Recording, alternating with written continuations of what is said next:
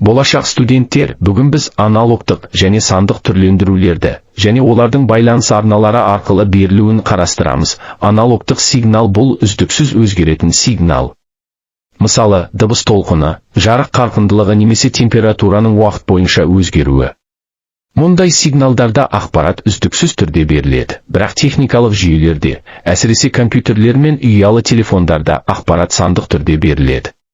Сандық сигнал дегеніміз 0 мен 1 саны түріндегі дискретті, яғни үздіктермен берілетін сигнал. Мысалы, сіз телефоныңызбен сөйлескенде, микрофон аналогтық дыбысты электрлік сигналға айналдырады, ал арнайы түрлендіргіш аналогтық сандық түрлендіргіш бұл сигналды сандық кодқа түрлендіреді. Бұл деректер байланыс арнасы арқылы, яғни радио толқындармен немесе талшықты оптикалық кабельдермен басқа телефонға жіберіледі. Ал қабылдаушы жақта, керісінше, сандық аналогтық түрлендіргіш осы кодты қайтадан дыбыс толқынына айналдырады.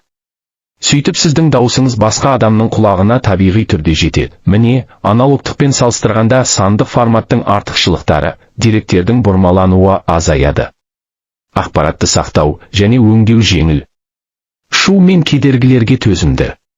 Бір құрылғы арқылы түрлі мәлімет түрлерін мәтін, сурет, дыбыс бірге жеткізуге болады. Қазір бүкіл әлем сандық байланыс технологиясына көшіп жатыр. Интернет, спутниктік жүйелер, мобильді байланыс, смарт қалалар барлығы осы принципке негізделген.